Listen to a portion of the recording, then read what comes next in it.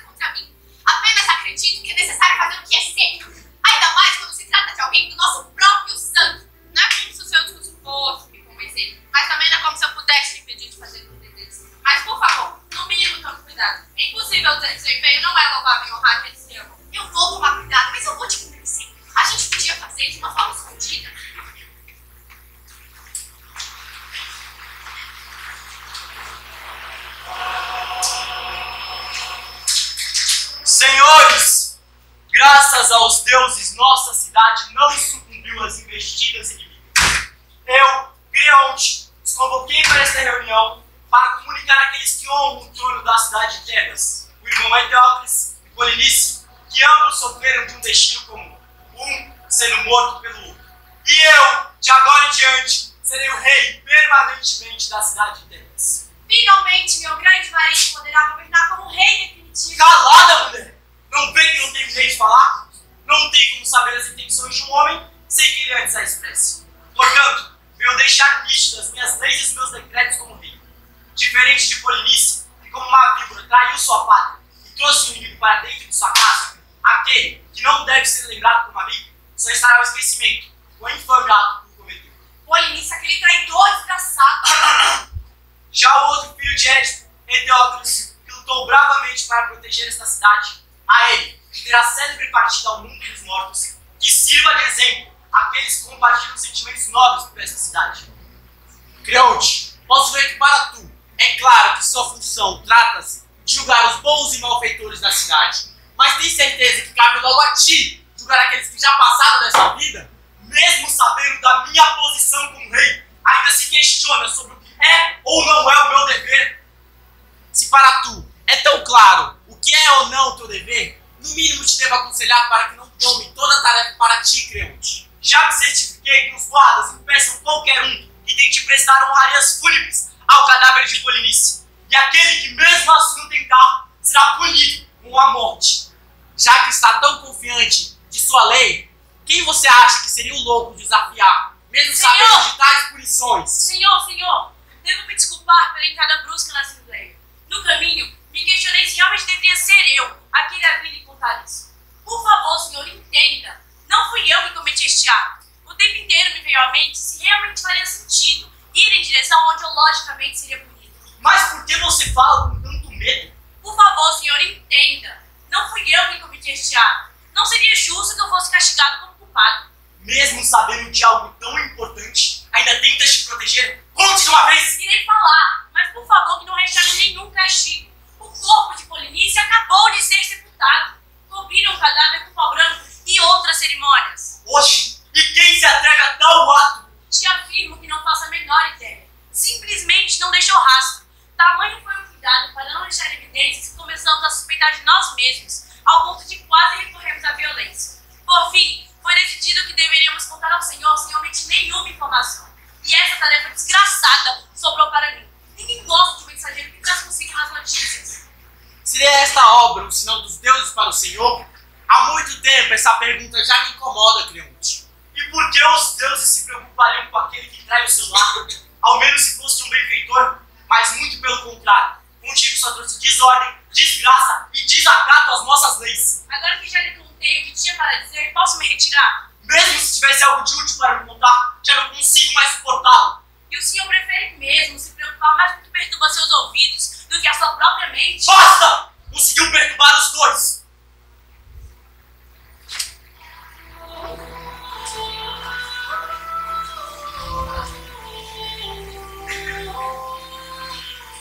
Engraçado como o homem domina a si mesmo. Constrói casas para não precisar temer o escuro da noite. Costura casacos para se proteger do frio. Contudo, insiste em construir celas de cadeia e punições para aqueles que descumprem suas próprias leis e regras que eles mesmos se impõem. Mas imagina o quão ruim seria se todos vivessem pela própria sorte. Acabaríamos nos matando e nos condenando mesmo ao sofrimento, com ou sem leis. Isso já não acontece só na própria situação de Tebas. A lei ou a moral dos homens impediu a guerra, ou até mesmo que dois irmãos não se matassem. Os dois estão muito equivocados em pensar que o homem só depende de si mesmo para traçar sua história. O destino é traiçoeiro e prega peça naqueles que acham que estão sob domínio de sua própria vontade.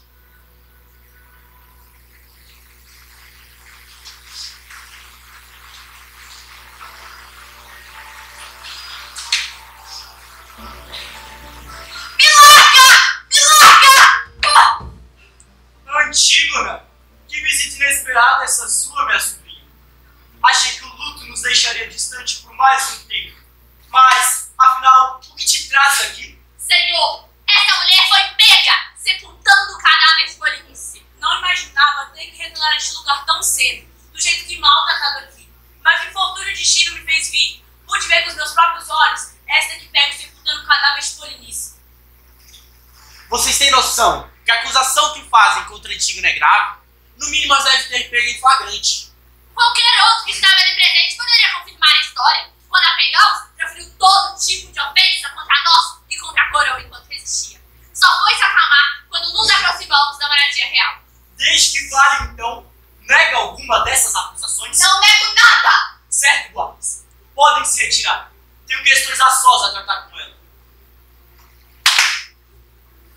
Levante-se.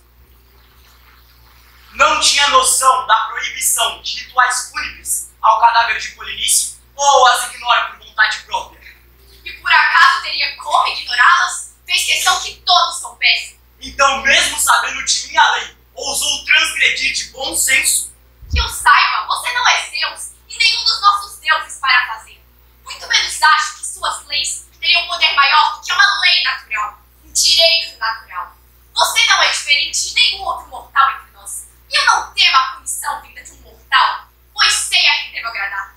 Ainda mais para mim, que já vivo num mar de aflições. Não seria a morte um lucro? Ah, Antígona, Antígona. As vontades mais rígidas são as mais fáceis de quebrar. No entanto, se fosse flexível, seria muito mais fácil para que enxergasse a verdade. Ainda tenta embelezar o ato cometido, mesmo sendo filha da irmã de minha mãe e uma das mais engajadas no culto a Zeus, terá que servir de exemplo àqueles que são escravos da vontade alheia. Então o que esperas? Estou à mercê de suas vontades.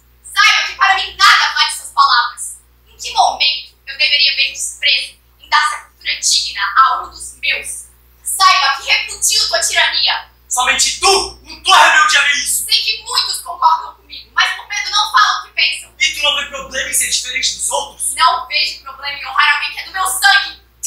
Já que faz tanta questão assim de honrar os mortos, não haverá problema em se juntar a eles. Antígona, Antígona! E tu, Vico, Não veio dizer que tramou contra mim também. Não, ela não fez nada, eu fiz tudo sozinha. Não me negue seu destino, irmã. Depois de tudo, que sentido a minha vida teria sem você? Irmã, não queira fazer parte do meu destino. A minha desgraça só cabe a mim. Basta! Já não aguento mais esse delírio de duas loucas. E teria maneira de manter consciente com essa vida trágica. Além do mais, matará a esposa do seu próprio filho. Ele achará outra, disso tenho certeza. Afinal, a que se viria uma filha de uma mulher desobediente? Pobre Emma, como consegue viver com um pai assim? Chega! Já não aguento mais esse infortúnio. Guardas! Tirem elas aqui! Não. Não! Me solta, não! Não!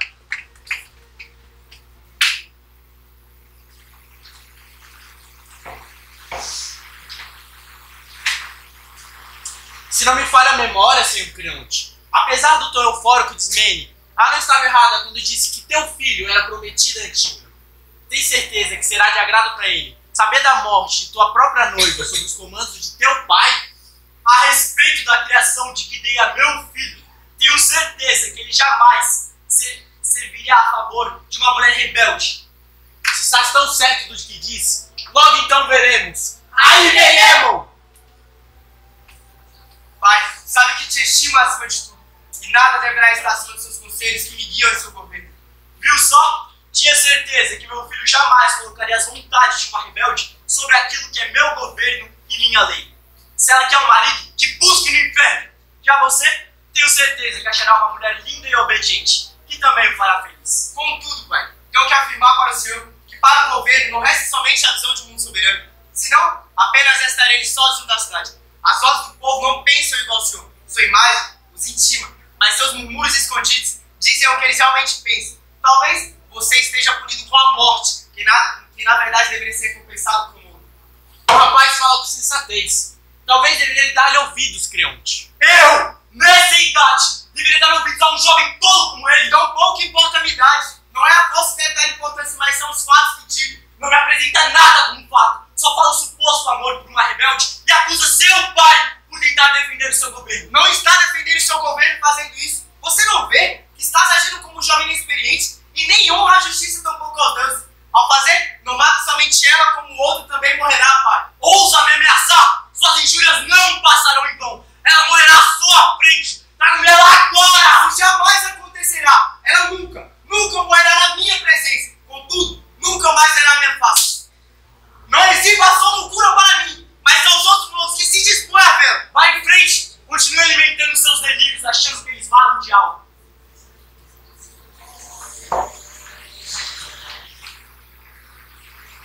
O senhor não teme até onde as emoções do rapaz podem o levar? Ele é jovem e tolo, logo perceberá que estou certo. Mas enquanto a jovem Antígona, afinal de contas, que fim tramas contra ela?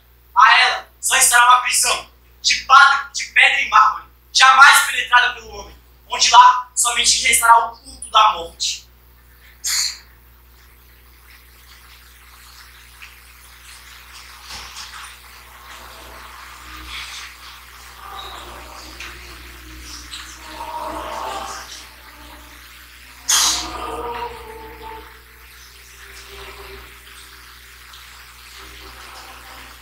Pobre Antígona!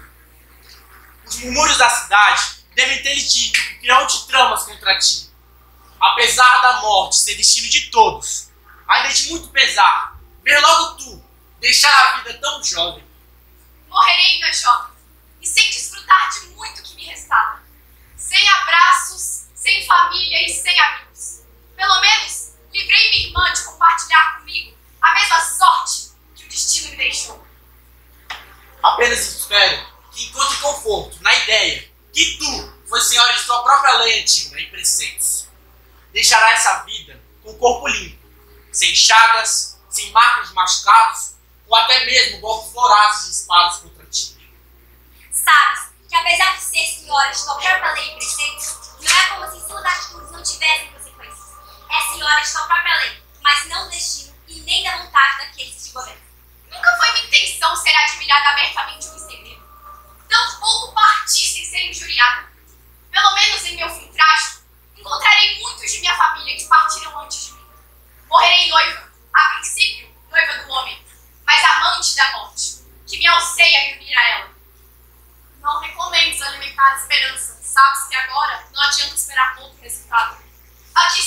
compadeço. Para mim, não restará a piedade dos homens. Mas como disse, nunca fui a eles que busquei agradar. A todo momento, busquei agradar as leis estabelecidas pelos deuses, muito antes de qualquer homem impor sua lei. Se tanto lutei para agradar as leis naturais, agora o que me resta é o que é natural a todos: a morte. Só servi de prova de como a rígida vontade dos homens condena até mesmo aqueles que desejam fazer o bem. É certo que Creonte ainda verá onde sua falta de prudência o levará. Sobretudo, não é como se meus atos também não tivessem me condenado. Agora o que me resta é esta fria companhia da morte. Mas se fui senhora da minha lei, também serei senhora de como traçar o meu caminho ao sublime. Então, por meio desta corda e desta mão, me despeço dessa vida pelas minhas próprias mãos.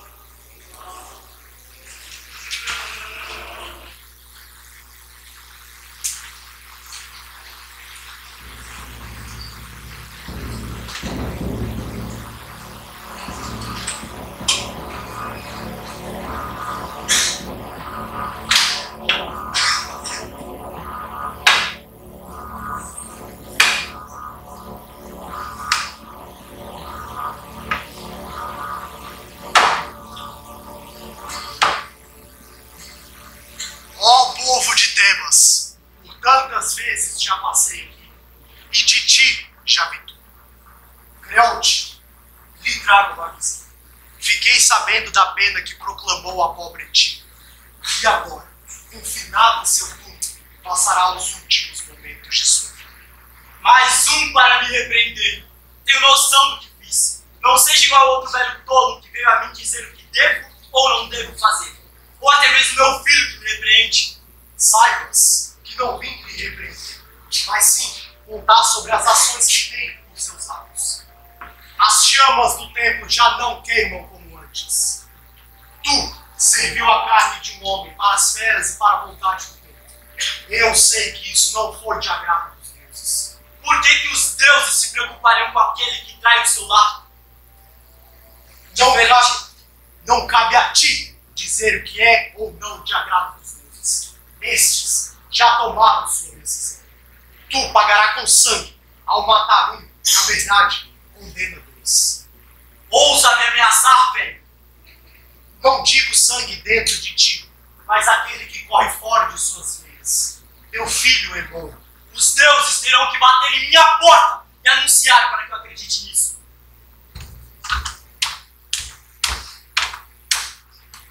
Senhor, Já me resta pouca paciência. Vocês ainda vêm me atormentar? teu filho sumiu, Senhor. Procuramos ele ao redor do palácio inteiro e não o encontramos em lugar algum. Qualquer outro serviçal do palácio disse que não o viu desde a tarde, Senhor. E por que não começaram as buscas? Quero todos atrás dele. Sim, Senhor. Velho tolo, não acho que isso seja o destino que dizes que os deuses me reservam. Muito pelo contrário, a certeza de que tenho é que não passa de uma mera coincidência. Fazes questão de testar sua própria sorte. O tempo lhe mostrará aquilo que você mesmo não pode ver. O coração de Antígona já não bate mais.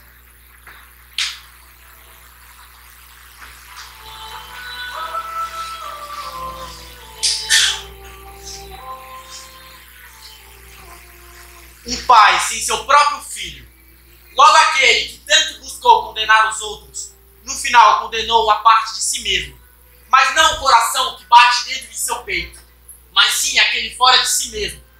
Um pai sem seu filho. Os deuses são de fato muito maquiavélicos acerca de quem os obedecem, tendo senso de humor tanto quanto malicioso. Aquele que tanto importunou os demais com suas ordens, preceitos e imposições, não conseguiu pôr final de contas. Não conseguiu impor sua vontade contra o seu próprio destino. E ao terminar de condenar uma família, acaba por condenar a sua própria. Os mortais guardavam tanto julgamento sobre aqueles que já passaram dessa vida. Contudo, não esperavam que seus próprios atos também lhe condenariam. A Creonte ainda lhe restará as consequências finais de teus próprios atos.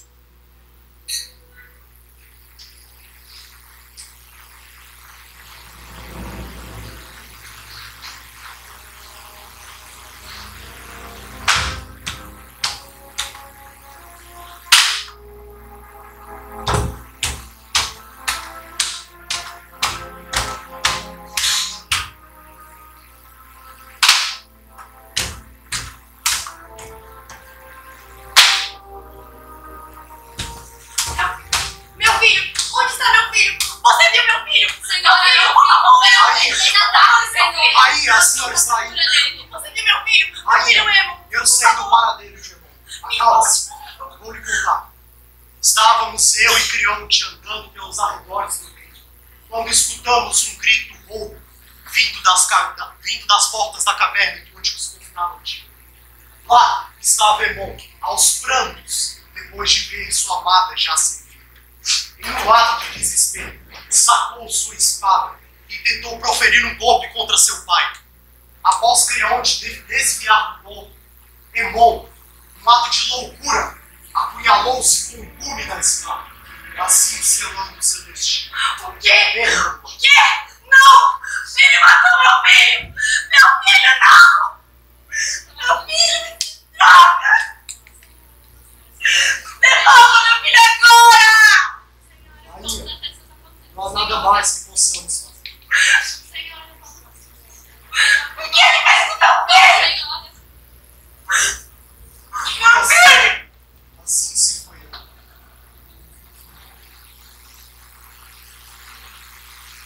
Desgraçada! Desgraçada!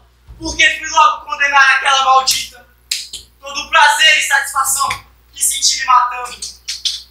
A desgraça que caía sobre sua família, agora cai sobre mim. Minha esposa já não me espera com carinho e consolo. Meus subordinados já não me respeitam mais. Todos me tratam como louco. Além daquilo que lhe foi imposto pelos deuses, fazes questão de mostrar a todos sua decadência, tua falta de prudência, o trouxe aqui. Chega! Não percebe que suas palavras me machucam? Não percebe o poço em que me enfiei? Creonte, Não! Já me resta pouca paciência. sua esposa. Eurídice, que houve com ela? Ela foi achada em seus aposentos, já morta. Pendurada por uma corda. Desculpa, mas não havia nada que pudesse desfazer. Desgraçado! Desgraçado! Por que os deuses tramam contra mim? Olha o que você fez! Se afundou na lama através de sua própria falta de cuidado. No final foi tu que não zelou pelo lar de que tanto falava. Desrespeitou aquilo que era divino, aquilo que era sagrado, desde muito antes de Deus ou qualquer Deus.